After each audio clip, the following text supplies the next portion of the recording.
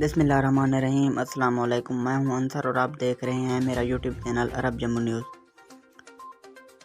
घरेलू मुलाजमीन के 80% मुआहदे कटाई में पड़ने का खदशा। सऊदी अरब में युगंडा से घरेलू मुलाजमीन के 80% मुआहदे कटाई में पड़ने का खदशा है।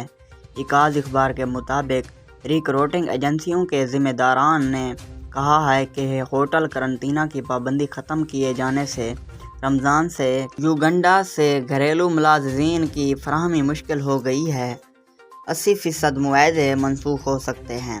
युगंडा की रिक्रूटिंग एजेंसियों ने होटल करंतना की पाबंदी ख़त्म किए जाने के बावजूद कोरोना वैक्सीन की बढ़ती हुई लागत के हवाले से 3000 रियाल तलब किए हैं। एजेंसियां घरेलू मुलाजमीन की फराहमी के मुआहदे के मामले से फ़ायदा उठाने की कोशिश कर रही हैं। सऊदी रिक्रूटिंग एजेंसियों का कहना है कि होटल करंतना की पाबंदी के खात्मे से कबल के मुआहदे मनसूख करने के बारे में गौर किया जा रहा है। उनका कहना है कि रिक्रूटिंग एजेंसियां मुआहदे मनसूख करने का हक रखती हैं और पूरी फ़ीस की वापसी भी उनका हक है, जबकि अगर वो मुस्तकबिल में घरेलू मुलाजिम दरआमद करना चाहें तो उसके लिए नए मुआहदे कर सकती हैं।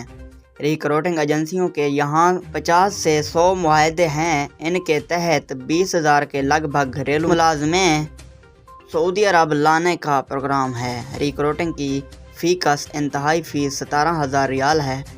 एक रिक्रूटिंग एजेंसी के मालिक हकीम अल खज़ैनी ने बताया कि युगंडा की रिक्रूटिंग एजेंसियों ने दानिस्ता लागत बढ़ा दी है।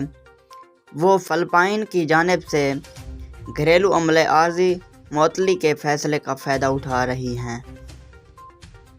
अगर आज की वीडियो अच्छी लगे तो मेरी वीडियो को लाइक कर दें। चैनल पर नए हैं तो प्लीज़ चैनल को सब्सक्राइब करना ना भूलें। बहुत शुक्रिया।